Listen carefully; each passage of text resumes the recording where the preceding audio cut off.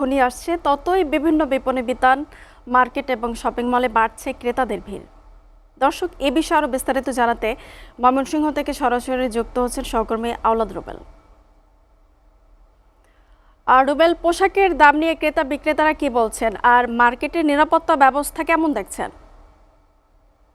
মুনিয়া, পোশাকের যে দাম গতবারের চেয়ে এবার বেশি বলছে ক্রেতারা। বিক্রেতারা বলছে যে আমদানি করা যে সমস্ত পোশাক রয়েছে সেই পোশাকগুলো বেশি দামে তাদেরকে আমদানি করতে হচ্ছে।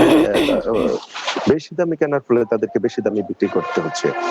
তো সমীকরণটা যেটা দাঁড়াচ্ছে, গত ঈদের চেয়ে এই ঈদে প্রত্যেকটা পোশাকের দাম বেড়েছে এবং বেশি বাড়তি দাম দিয়েই ক্রেতাদেরকে এই ঈদের পোশাক কিনতে হচ্ছে। তবে ঈদ মানে খুশি, ঈদ মানে আনন্দ। ঈদে নতুন জুতো, নতুন পোশাক সেটা লাগবেই, কিছুই করার নেই। তারপরে বাধ্য হয়েই ক্রেতা সাধারণ তারা বাড়তি দাম দিয়েই এই পোশাক কেনাকাটা করছেন। ময়মনসিংহের যে প্রত্যেকটি শপিং মল বিশেষ করে সকাল থেকে গভীর রাত পর্যন্ত খোলা থাকছে।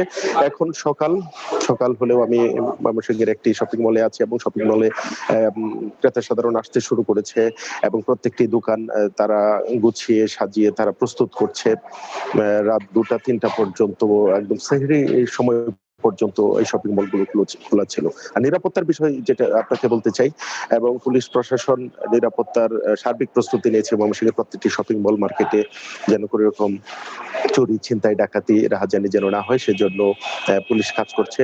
পুলিশের পাশাপাশি সাদা পোশাকের পুলিশ কাজ করছে।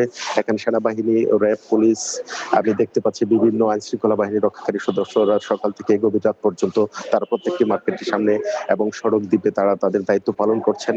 এবং বিশেষ করে সিসি ক্যামেরা মনিটরিং করা হচ্ছে, সিসি ক্যামেরা দিয়ে সব জায়গায় মনিটরিং করা হচ্ছে এবং বিভিন্ন শপিং মল, বড় বড় মার্কেটে এবং জাল নোট চেনার জন্য, জাল নোট রোধ করার জন্য সেই মেশিন এখানে ব্যবহার করা হচ্ছে। সব মিলিয়ে ময়মনসিংহে ঈদ বাজারটা একেবারে জমজমাট হয়ে গেছে। শেষ মুহূর্তে মানুষজন একেবারে বিকেল থেকে বিশেষ করে গভীর রাত পর্যন্ত হুমড়ি খেয়ে পড়ছে।